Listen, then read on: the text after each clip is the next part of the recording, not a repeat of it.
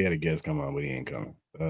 Let's talk about keys to the game for the Ravens and Chiefs, man. On offense, what do the Chiefs need to do to be successful against the Ravens? Man, you got to attack this pass. You got to. Um, so I mean, we're seeing how they're struggling on the secondary side. I mean, they're giving up 41 to Josh Allen.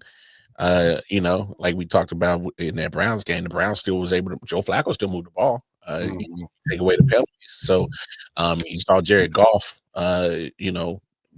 Was able to move the ball, but obviously they took advantage of Matabike not being there. So obviously we'll pay attention to the injury report and see how that goes. If he doesn't play, and I'm caveating this, so if Matabike doesn't play, you got to recreate that same game plan that Detroit did, and just keep it simple and attack that middle, because they showed that they weren't able to stop nothing up that middle with that run. And hey, that can help give Josh Kingsley some momentum, almost like a layup in basketball. When your jump shot's off, get the layup.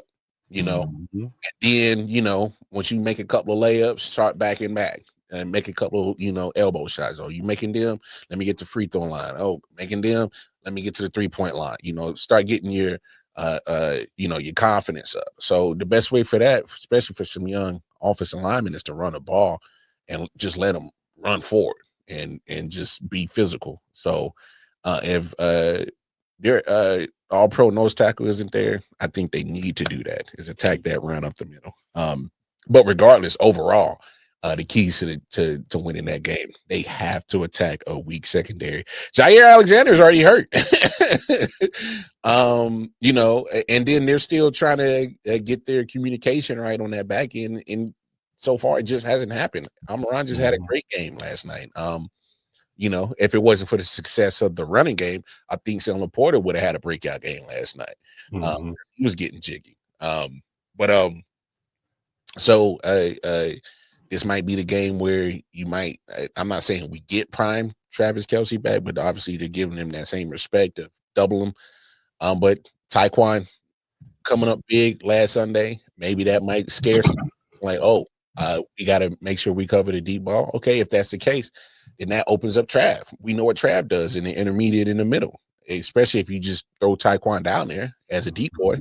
Mhm. So this is on Andy Reid to just get players open. You could possibly see even Juju underneath the E. So I agree. this is the attack that secondary. This is the open, make the pass open up everything else in the playbook. And I know the old school term, man, you let the run open up the playbook. No, this one is when you let the pass open up the playbook, because they can't cover nothing right now. They can't cover nothing.